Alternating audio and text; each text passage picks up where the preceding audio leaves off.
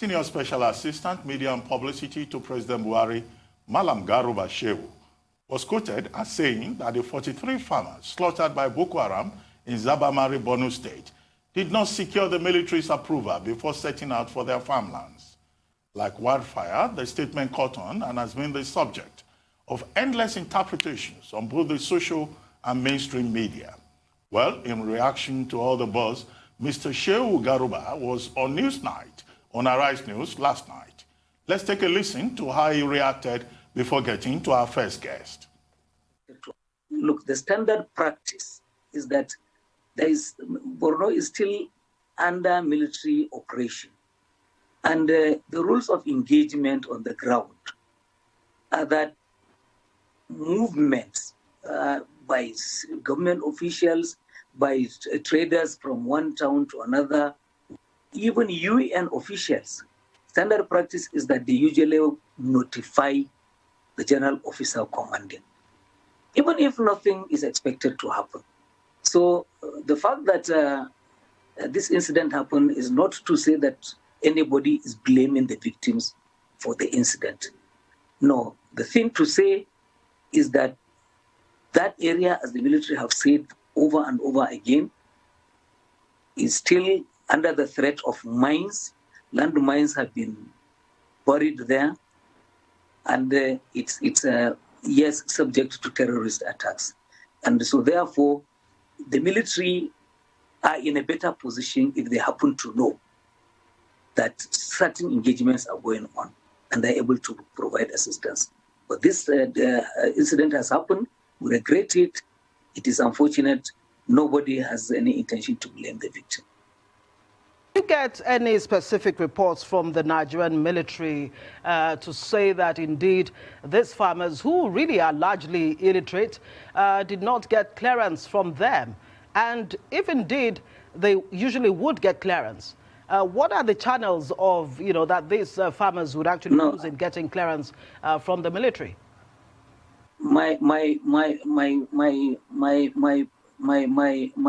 suggestion in that earlier news report was that the military had not certified those areas as being free of landmines and terrorist intrusions. Whether there are processes for getting licenses or permissions, it's not for me. It's not that the military is in a better position to describe those processes. But asked the question: have you given a clean sheet to that part of the state as to landmines and terrorist activities? The military said no, nothing like that is issued. Very quickly, I need to get this from you. You've just come back from Borno State, where you went to commiserate with the governor and people of Borno for this dastardly killings by Boko Haram. What were your findings, and what did you take away from that visit? The people were very happy to see a delegation sent to them by President Muhammadu Buhari. And they said themselves that they are quite pleased to see that the president is aware of the plight, the losses they had suffered, and has shown attachment to their feelings at this time of their grief. Other than that, the president used the opportunity to restate his determination to take the war against terrorists to them, rather than waiting for them to come and to react. And he has given full commitment that he's going to supply all of the needs of the military in order that they face this war and finish it up.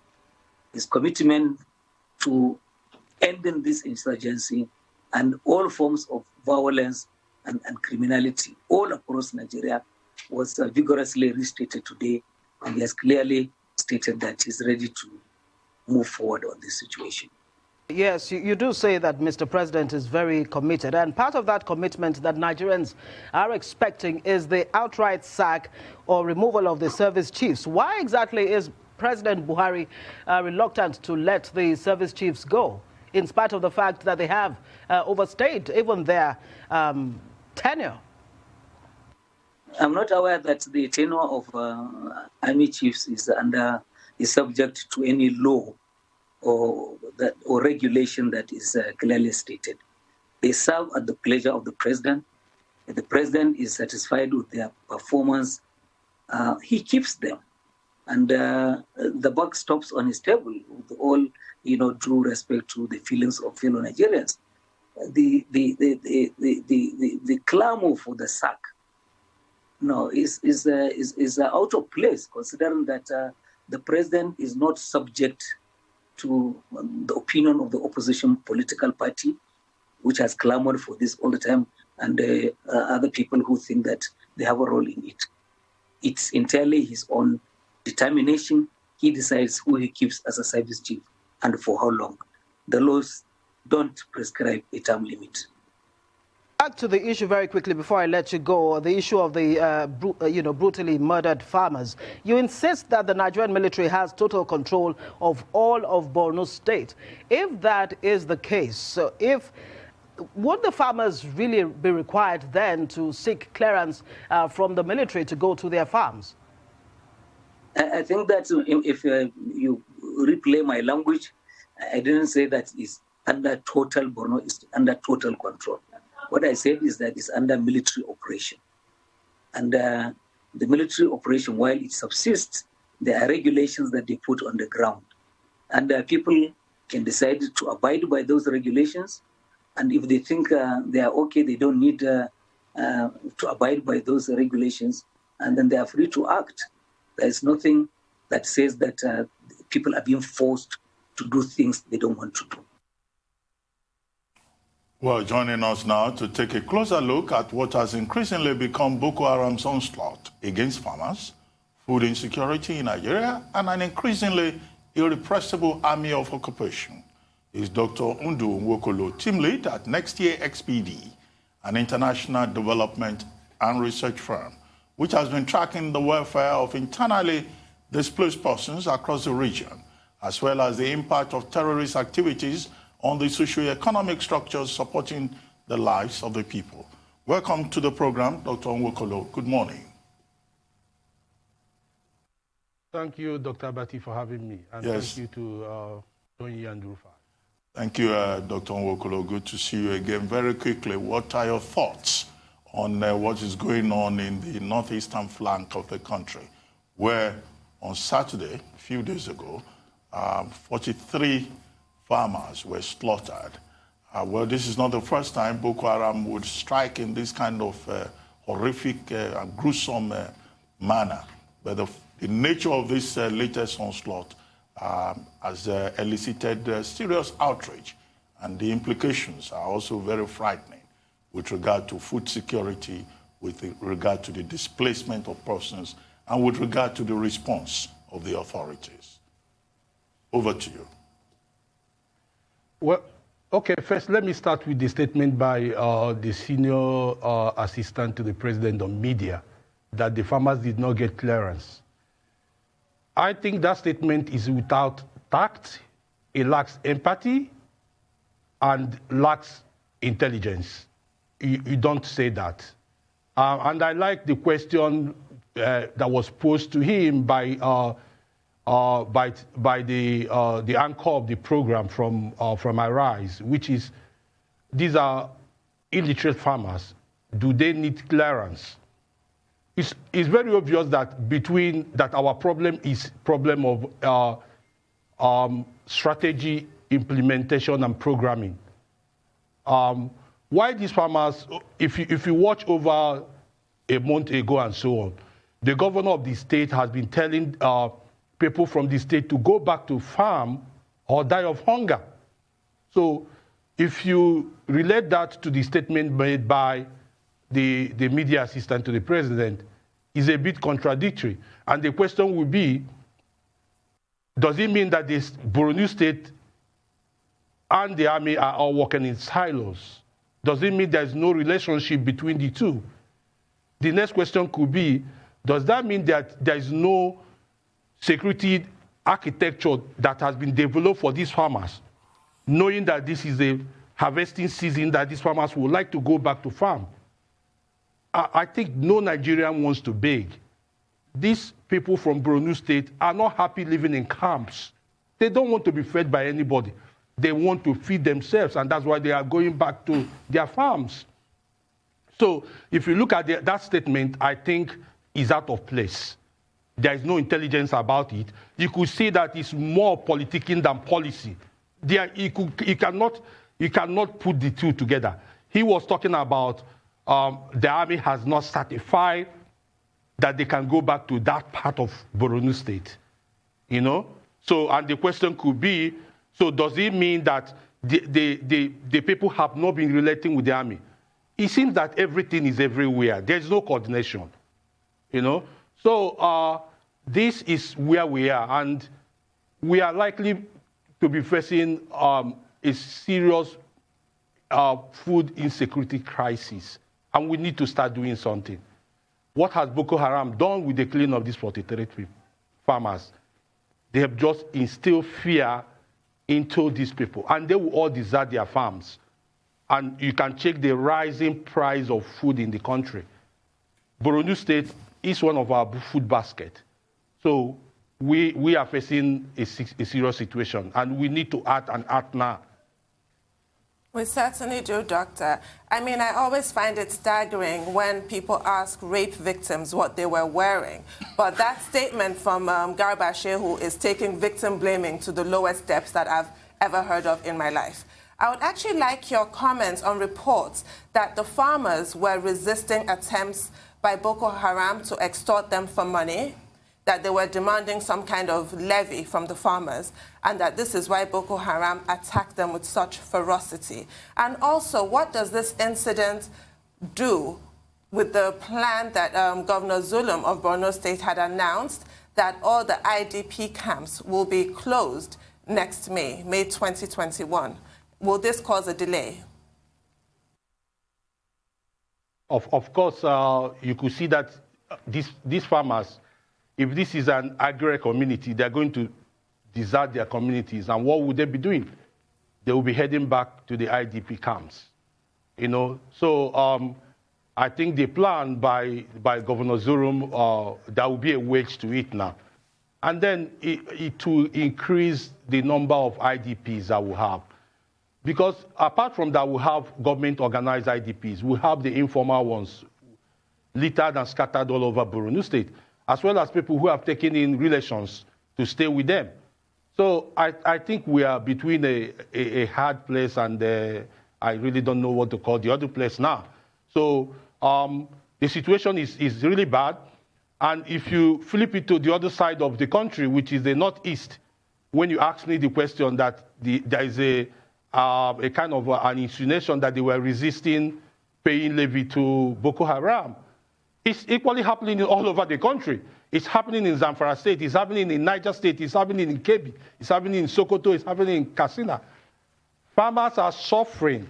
You can't go to your farm now without bandits coming to take levy from you. The other day, I have my researchers in Kauranaunda in Zamfara State telling me that they actually wrote to farmers asking them to pay levy before they can go back to harvest their products. You know, some of my researchers tracking food issues of rising food insecurity in the country came back yesterday to tell us that as close as Nasarawa State, that bag of beans, which farmers sold for 10,500 naira last year, will be sold for 21 to 22,000 naira this year.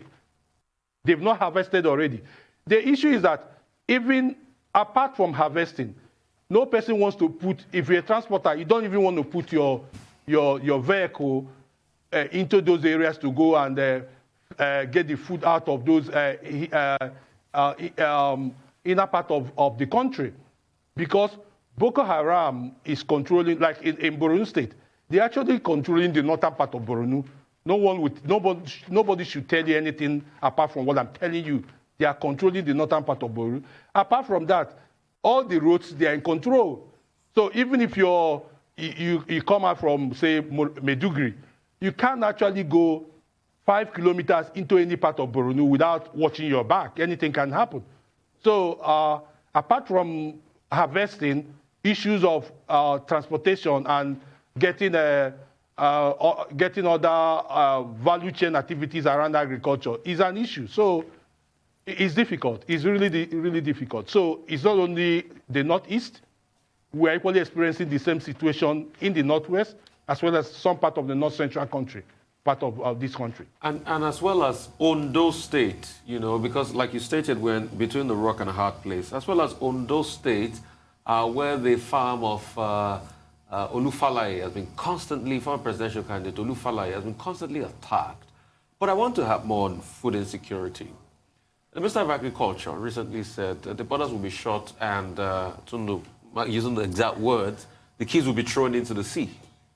That's what the Minister of Agriculture said. Food inflation has constantly increased from August last year. Now it's inching towards 17%. And you know, when food inflation increases, because it's like cost-push inflation in this country, it pulls along the core inflation with it. And we are seeing an increase in the core inflation numbers in this country. What should we be doing for food security? I don't know what the national storage or national grains reserve is like now as we speak.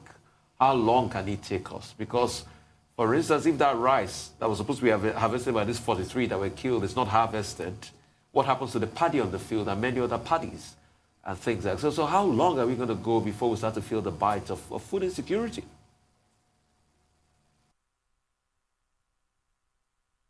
Well, my recommendation or my answer to your question would be this. What are the quick wins for this government? What are the low-hanging fruits? Insecurity is connected to every part of development. So it's connected to poverty, it's connected to bad governance, it's connected to ungovernance spaces, it's connected to a lot of things. So the question is, what should the government be doing now? What should we be doing as of yesterday? There was the question that was asked, why is the president not removing the service chief? Yes, we all agree, they serve at his prerogative. So no one can tell the president to remove them. But the question should be, if you have a coach who, after playing in a league match, after playing 10 matches, lost all of them, will you continue to keep the coach? On what basis are you keeping the coach? I think that should be a question for the government. And the next question for the government should be, when President Buhari took over in 2015, he felt I needed to have quick wins, I needed to do something and do it fast. And what I need to do was to remove all the service chiefs, bring in new people with new fresh idea, fresh rigor, and give them new mandate. And it does work in everywhere. So the question would be, I think if he tried to rejiggle his service chief, bring in new people with fresh idea, they will come in with new vigor, new rigor to try to succeed. They might give in those quick wins. They will come in with new strategy. They will wage the war, and we can have an improvement. You know. So I think that's what we should be doing now. What we should be doing more is from the point of policy and implementation. That's what we should be doing, and that's where we are lacking. The synergies are not working. We should be able to find new realignment and new synergy that could see us, you know, get these things to start working. For now, if we continue to do the old things, we're not going to get new result. So he needs to try to find a way to for us to develop a new strategy that can help us wage this crisis, get the farmers back, and if possible, develop a kind of internal security architecture around our farms and our agricultural enterprises to see if we can cut short this food crisis that we're about facing. Well, Dr. Nwokolo, I mean, one major fallout of the killings in Zabarima is the impression, and we have seen the evidence, that, you know, government officials, even the military authorities, are busy blaming the people. You have reacted to the statement by Garuba Shehu. There's also another report in the papers today indicating that the people are the ones who give information to Boko Haram instead of giving information to the security agencies. And you have field researchers in that part of the country. What's your assessment of the attitude of the people in terms of the efforts of government to protect them? Do they feel that government is not really interested in fighting Boko Haram, or is it just that they accept, the Boko Haram terrorists as a victim also, perhaps?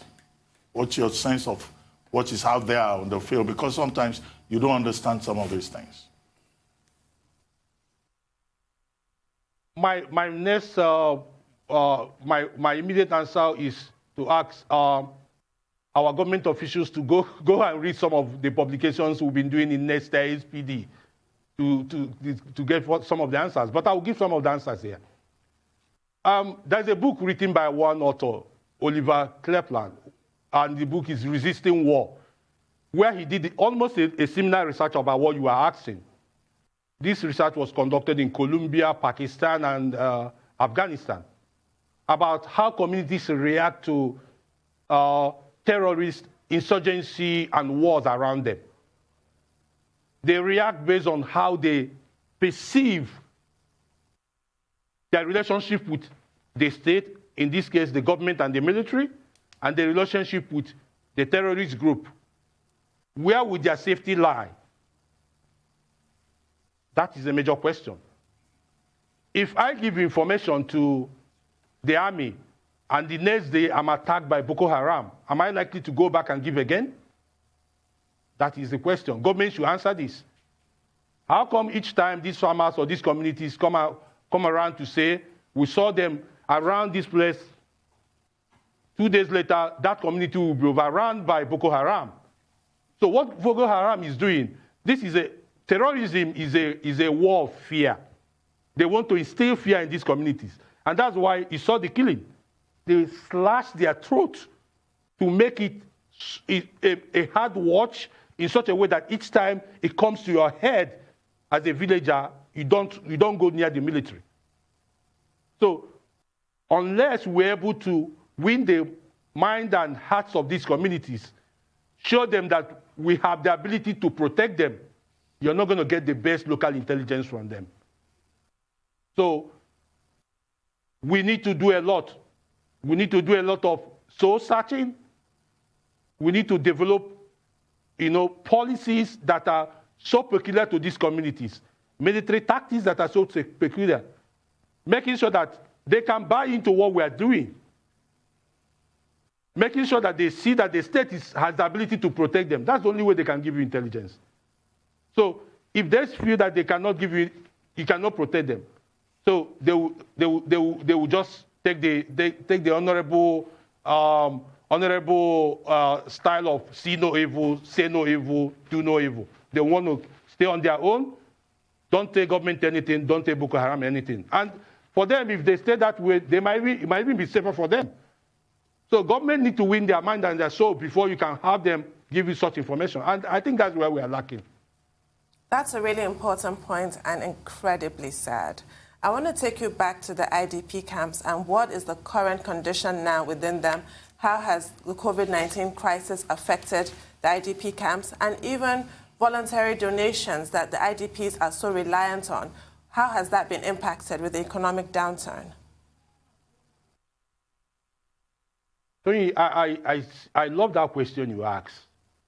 And then I might come back to ask you a question, which is, have you ever read that there's this government working group that is, between all our departments and ministries working together? Let's say Federal Ministry of Humanitarian Affairs working with Ministry of Health and Northeast Development Commission and other agencies working together to look at the situation in the IDP camps.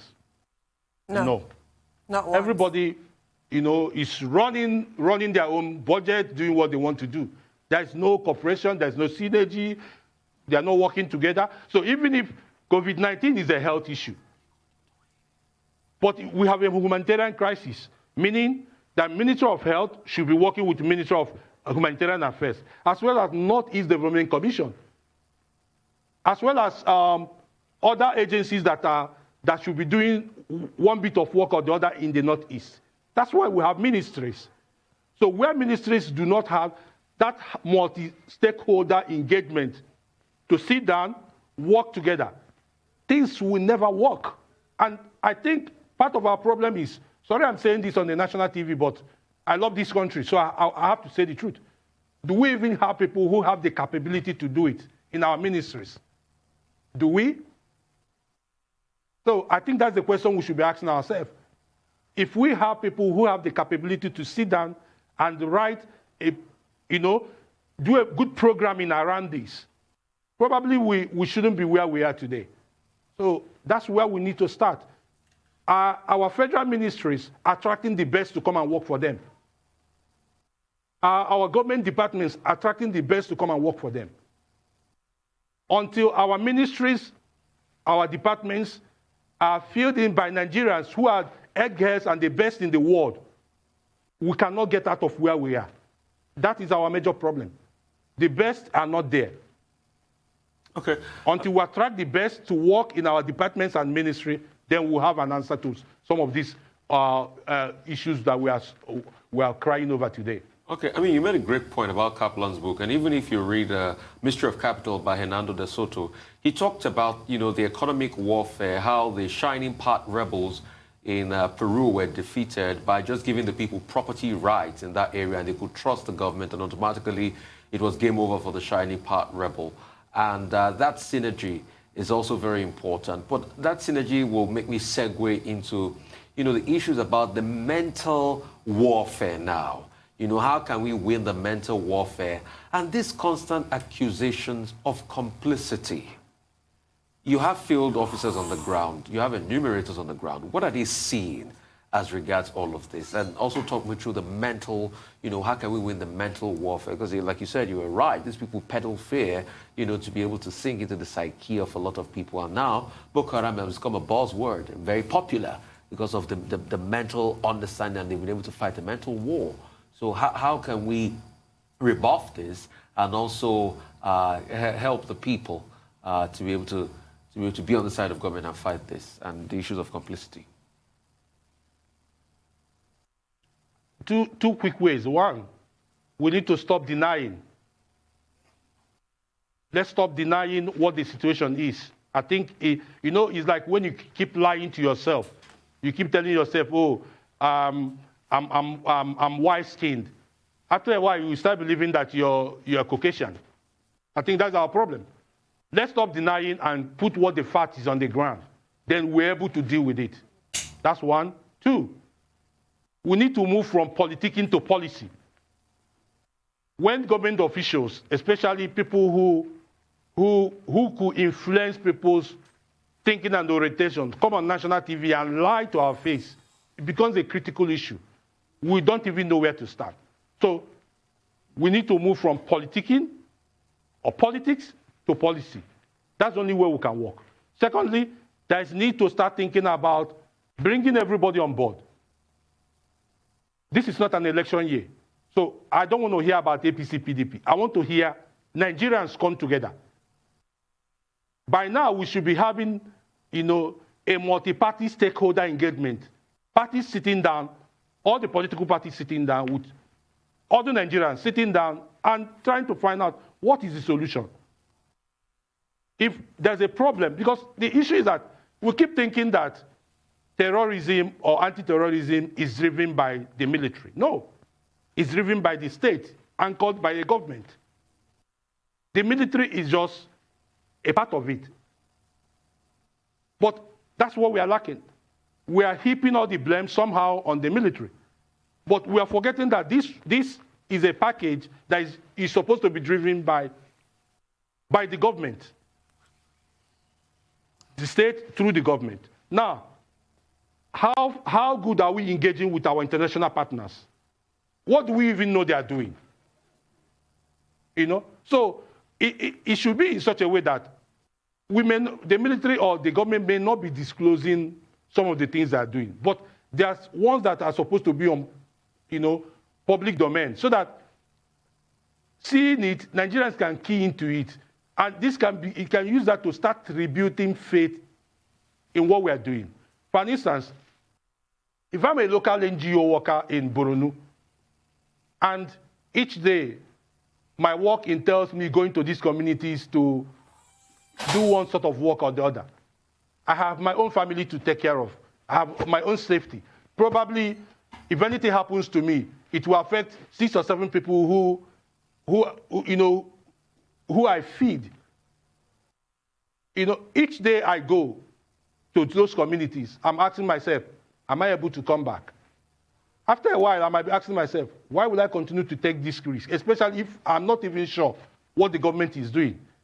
So until government starts reassuring people that they are doing something and they are doing something that could lead to the end of this war, we'll continue to lose weight in both the local communities and aid agencies, both local and international, who are working in these communities. Well, if you are talking about reassurance, I think the government is doing very well in that regard. We get press statements on a regular basis, with spokespersons telling Nigerians that the government would make sure that it decimates and that it has in fact already defeated Boko Haram. So there isn't a shortage of initiative in terms of issuing such statements. But, I mean, your farm works on security, peace, and development. We've been talking about the Northwest, the Northeast, the North Central, but the challenge that we face is nationwide.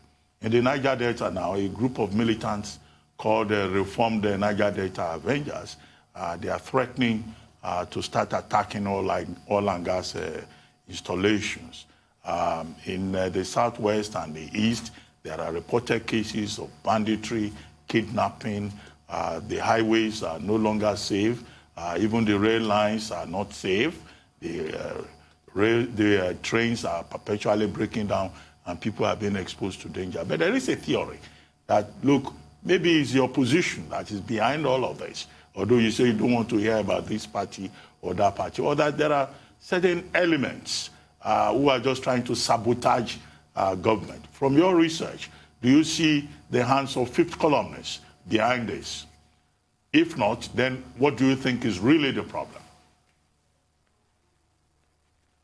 Dr. Abadi, let me start by the last statement you made. I think that statement of reassuring is someone being, I don't know, but that's just, it's not that kind of assurance that the people want.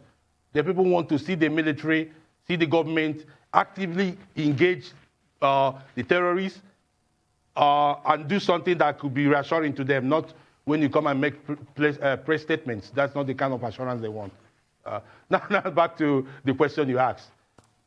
For someone to align that the issues of insecurity in the country has something to do with the fifth colonies or maybe one political party or the other, it's not that the person is just being economical with truth. It's just someone lying to the face of Nigerians. I don't think that is the situation. What we're facing now didn't start with the government of President Buhari. It didn't start with President. It has something that built over the years, you know. So if we are blaming, maybe we can start blaming from 1960, or even pre-1960. But the question should be, are we finding solution? What kind of solution are we finding? Are we trying to find to help us solve the problem? You know. But for someone to say no, it has to do with these people or not. The Niger Delta issue didn't just start today. It started the first day oil was discovered in Olubiri in Bayelsa State. You know, the people have gone through a lot of structural violence, and after a while, they are going to start perceiving their disposition and want to come out and fight. That's what you're seeing. If we go to the north, to the southeast, almost the same thing. Almost the same thing after the Civil War, the issue of reintegrating the people and trying to heal the wound of the Civil War. Has that been done? No. So after a while, you too didn't witness the war. We'll look at things and think otherwise. That's what you're saying. Now, to the Northwest, on government spaces, years of maladministration and bad governance. That's what you're saying. So It didn't start with this government, but the problem is, are we finding a solution, or are we being rhetoric about everything? And that's what we're doing. We've decided to take the latter. We should sit down to find a solution. And to find a solution cannot lie in one man, one political party, and one person. You need to pull the country, everyone together, everyone. That's the only way. Because if you live in Banana Island and think it's not my business, if you live in Lagos and think it's not your business, let me tell you how it's your business. When youths from Zamfara, who are farmers, can no longer farm, they'll find their way to Lagos. When they come to Lagos, they don't get a job. There's a connection between poverty and criminality. They'll go into crime. So one day it will get to you. So let's just know that this is not about the North, not about the Southeast, not about the Southwest. It's about Nigeria and every Nigerian. So unless we sit down as a people, headed by this government, and start developing security architecture that will work for us, remove politics around it, that's the only way we can solve this, our problem. Well, thank you. As we bring this to a close, I'd like you to just briefly detail your report on the drawing to a close of the presidential amnesty program and what your ideas are for that. Oh, thank you, Toyin. Oh, sorry. Oh, Sundu, you keep calling me Toyin. Who's Toyin?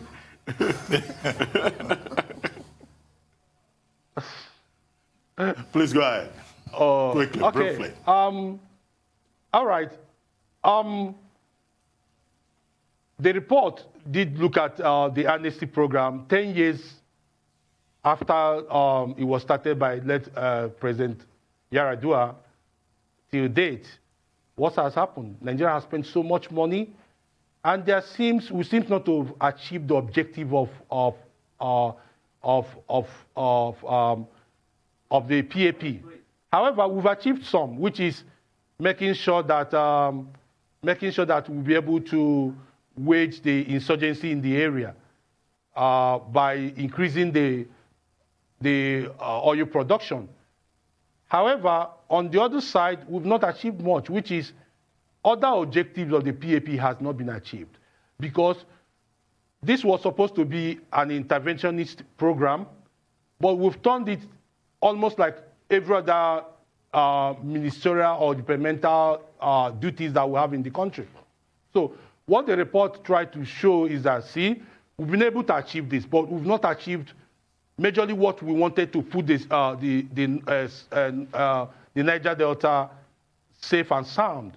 So for us to do that, we felt that there was no ownership of the program, because the program is now in Abuja, so it now became a contract awarding program. So to be able to do that, part of the things we suggested is that let there be local ownership. To bring this local ownership, government might start thinking about working with the state governments through their own development commissions, So that's part of what we thought about. And again, we thought that there might be need to look at the programs that were developed. Were private sectors involved in it? If private sectors were not involved in it, then that means that the programming was wrong. So these are what we looked at, and we felt government shouldn't be thinking about closing it now, because it might lead to crisis in the region. But in the long term, they should start thinking about how to move some of the program to the states and then find an alternative way to close it. And before all this can happen, it means that the development in the Niger Delta should start taking shape, because all these insurgencies was around lack of development in the region. So if government is able to commit so much money and develop the region within the next 5 years, then it will stand in a better chance to say, okay, we've been able to achieve all this. I think it's time to pull out and close the PAP program. Well, thank you very much, Dr. Nwokolo, for joining us this morning and for your insights. Thank you very much indeed.